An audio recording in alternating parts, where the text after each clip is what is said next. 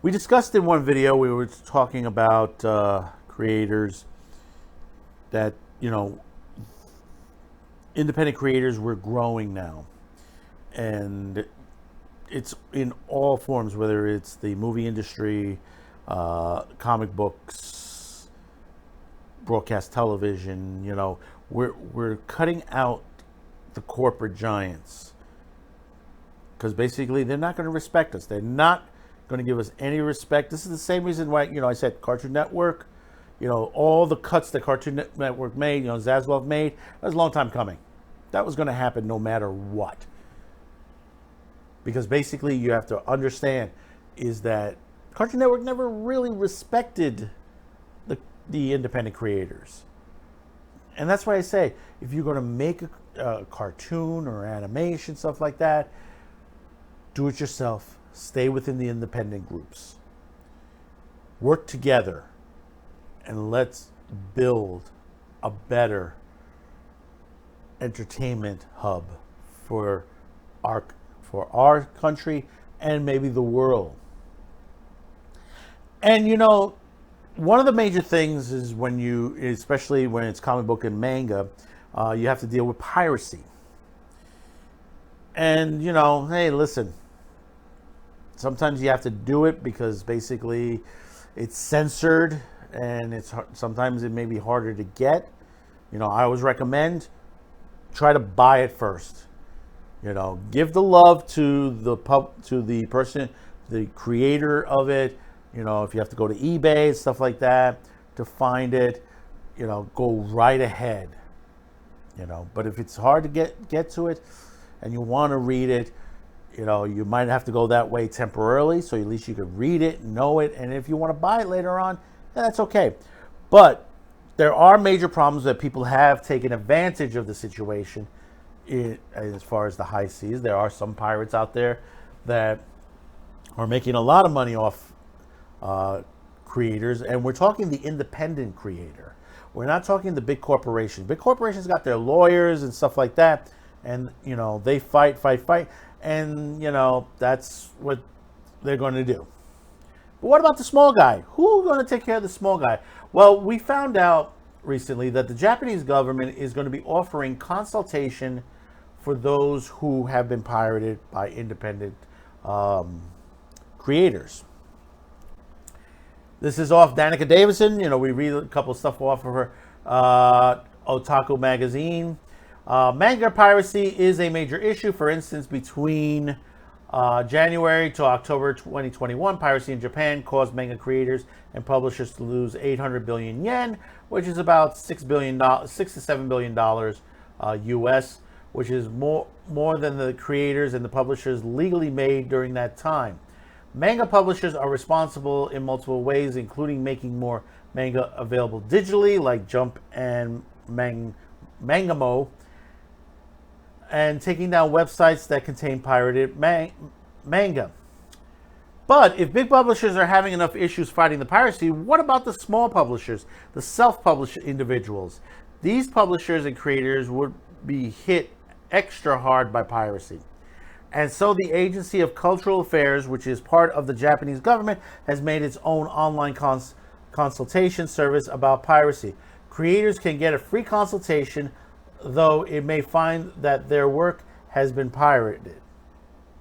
Lawyers who specialize in the copyright law will give advice through online messaging, and it seems the Agency for Cultural Affairs expects a lot of people to be reaching out because they've hired more than 1,000 lawyers.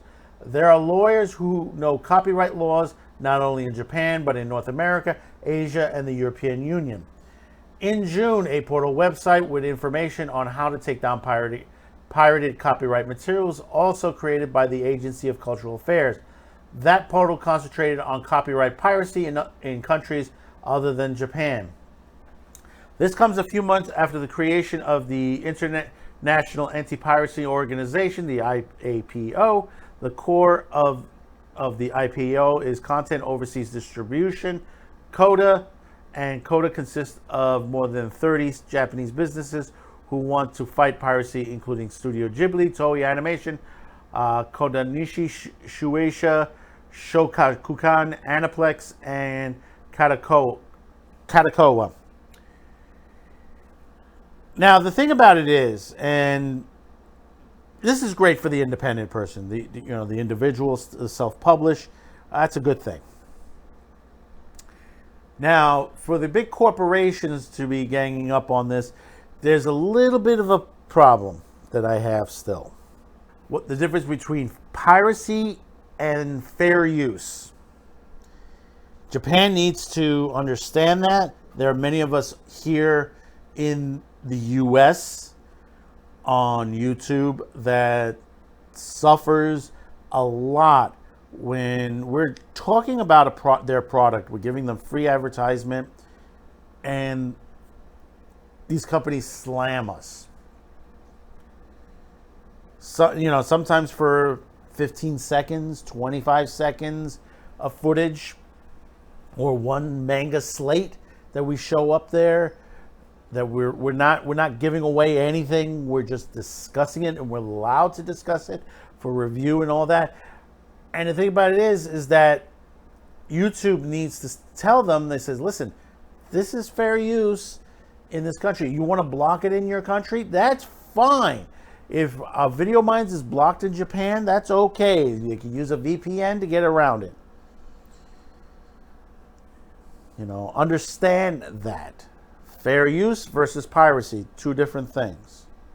You're getting all these people.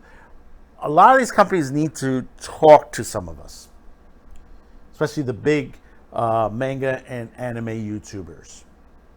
They'll be glad to sit and talk with you. They would love to have interviews with you. They would love to kick stuff our way as far as trailers and interviews and behind the scenes and stuff that that's coming out, maybe toys or something, all that great groovy stuff. God, I said groovy. Wow, where am I at this week? But but this is the truth. I mean, I could remember back in my early days, here, a high school kid going over to New Line Cinema says, hey, New Line, I got a TV show. I talk movies. On there. I would love to showcase what you got coming out. And guess what they did? They sent me 3/4 masters. They sent me slides. They sent me tickets to events.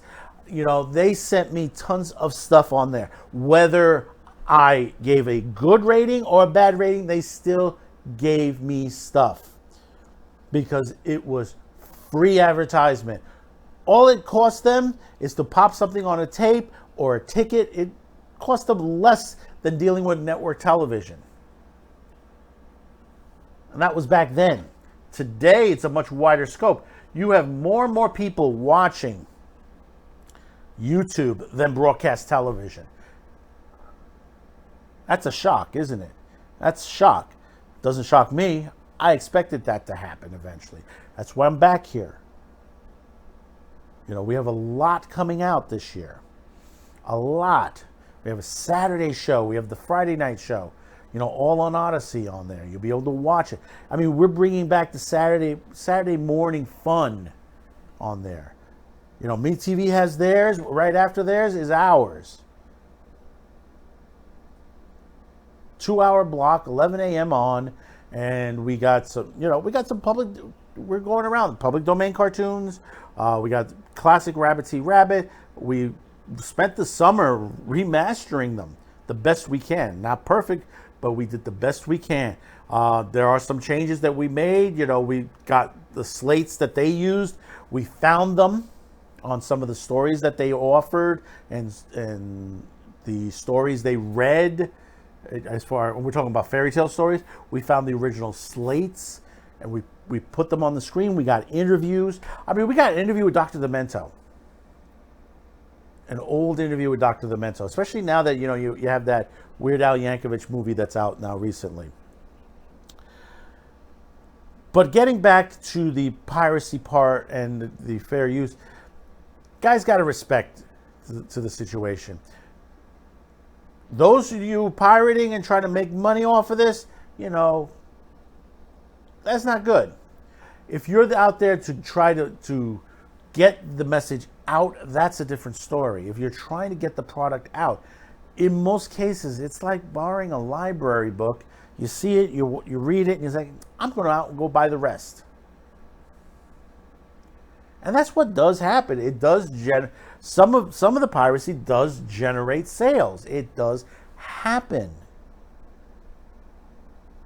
especially when it's not readily available, and especially if it's censored or the scripting is re-edited, where it's not the actual contents of the original script that was made by the creator. That someone here decided, well, we don't need this, you know. They're not going to understand Japan, or made for the modern era. So it's nice that Japan is doing this.